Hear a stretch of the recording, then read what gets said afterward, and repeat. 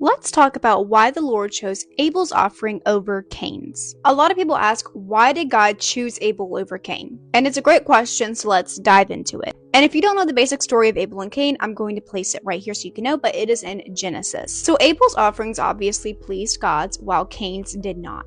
Abel was rewarded many times over for his offering, but again, Cain is not. Now, scripture says that Cain resented Abel, not because God arbitrarily predestined one of the brothers and punished the other, but because Cain's own deeds were evil, and his brothers were righteous, and this is explained in 1 John. Hebrews likewise views the difference. It says, by faith Abel offered God a more acceptable sacrifice than Cain, through which he received approval as righteous, God bearing witness by accepting his gifts. And that is Hebrews 11:4. So it wasn't God's secret reasons or his arbitrary preference for Abel over Cain, but rather because Abel offered a more acceptable sacrifice in his faith. But what makes Abel's sacrifice better? Well, Abel brought the firstlings of his flock. That is, he offered the firstborns, the very best of what he had.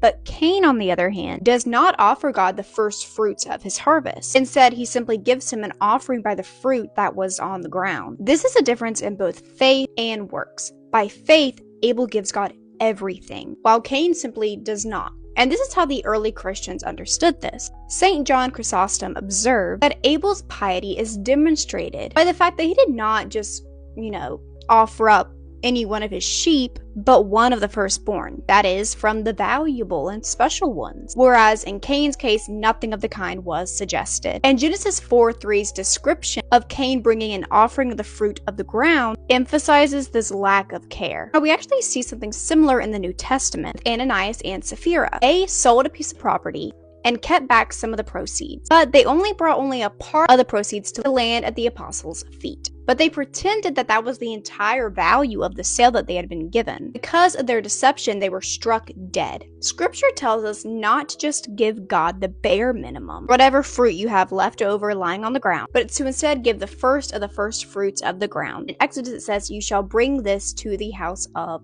God. This is in Exodus 23:19. So in other words, we shouldn't wait until we're comfortable enough to offer something, but instead offer him everything and the best thing that we could possibly offer up to him. The world encourages us to be Cain, to just be good enough and to just move on. But God encourages us to be like Abel, offering up everything and anything of the most highest price that we possibly can.